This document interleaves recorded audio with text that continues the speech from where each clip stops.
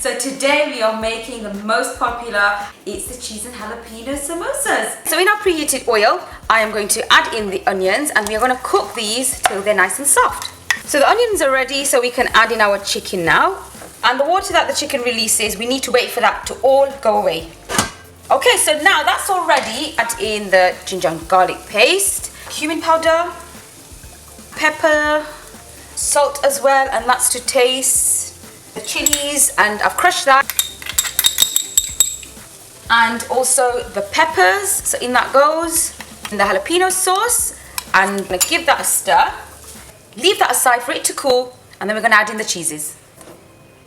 Add in the cream cheese, cheddar cheese, the coriander leaves, I've chopped that up, and also the spring onions. And then we're gonna give that a good stir. Okay, so we've got our samosa leaves, and now I'm gonna show you how to fill them. So what you do is you just fold it like this, and then you fold it over like that, so you get a point there. And just get about a teaspoon of your filling. Just fold it like this, so we get a point here. But keep it tight on the edges, so you don't leave any big holes. And then fold it again like that. And then we got our paste, and just brush that over like this. And fold that over.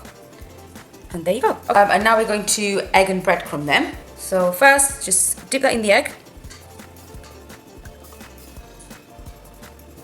And then just put breadcrumbs all over it, make sure it's all covered properly. I'm just gonna check that the oil is done, so I'm just gonna add a little bit of crumb.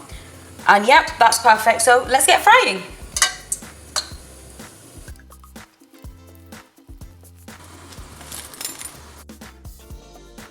Try it out, let me know what you think in the comments below.